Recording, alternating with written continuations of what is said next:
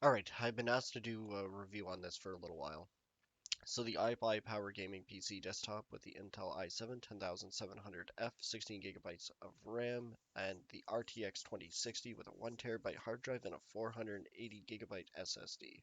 So overall, this PC is upper mid-level. Um, it does have the RTX 2060, which is the weakest RTX card, but by no means is it bad. It does beat the 1660 Super by quite a bit, as well as beating out the RX 5600 XT by a small margin.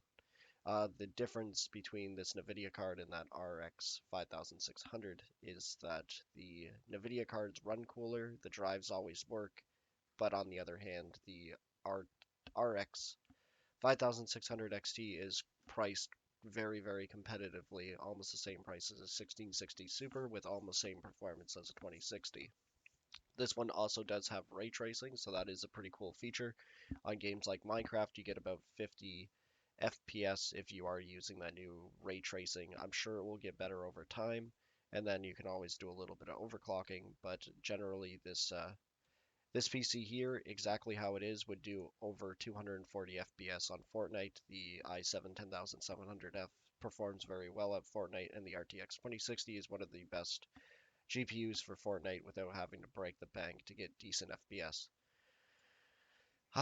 It does have really good reviews. All I can say is airflow should be okay. It looks like it's completely made of glass. There is a slit up top. I would have liked to see more venting on the sides because it doesn't look like there's anything, but some of the photos that I see, it has little slits going down the side, so I hope that is a thing. One cool thing about this case that I noticed is it does have a spot to put a GPU sideways, so you can buy a bracket that attaches to the bottom, and rather than the GPU sitting like this, it would sit here with the fans facing towards you. It doesn't improve anything. It just makes the PC look a lot cooler with the fans showing so you can watch it spin.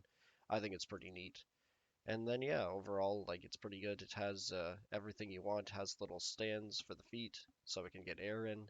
And this PC will run you about $1,100 with no sale whatsoever. So I don't think that's that bad. If you try to build it today with like the same generic motherboard, processor, and the deep cool cooling fan, and a cheap power supply and a cheap case, you're still looking at 1,373 without Windows 10 keyboard, mouse, and you can probably just add another 100 bucks to this. 1,500 would probably be what it cost you, said and done, to build it yourself. Well, it's just 1,100. Now there are a couple other options in this price point. For instance, there is this one for $150 less, and it is the Ryzen 5 3600, 16 gigabytes of RAM, RX 5600 XT, and it comes with a pretty similar memory setup as the other one. But if we look at how it performs, the RTX 2060 does have ray tracing ability, so that gives it a definite boost in value, I would say. And it does get around the same FPS point as Fortnite, but it does pull away a little bit on games like Grand Theft Auto, and I know Red Dead Redemption runs better on the RTX 2060 than it does on the 5600 XT. Now, if you were buying these cards separately and you don't care about ray tracing, I would say probably take your gamble with this with a decent return policy. If you find that the GPU is crapping out because of bad drives or too much heat, you can always give it back. And then as for processor, I this is the wrong one. I love my Ryzen 5 3600, but it does have its drawbacks.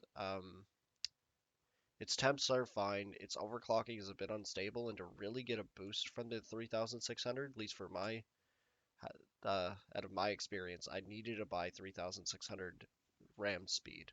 Uh, as you'll see with if you look at people's benchmarks, all the ones that score high use 3600 at CL 16 or 18 to really get a decent boost.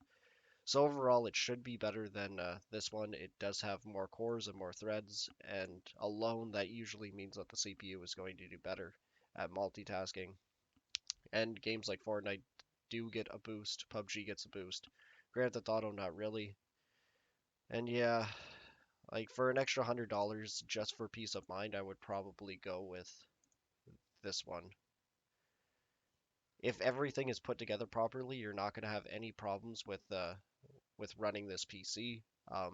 By that I mean you're not going to have GPU crashes from bad drives. NVIDIA stays on top of their drives like crazy.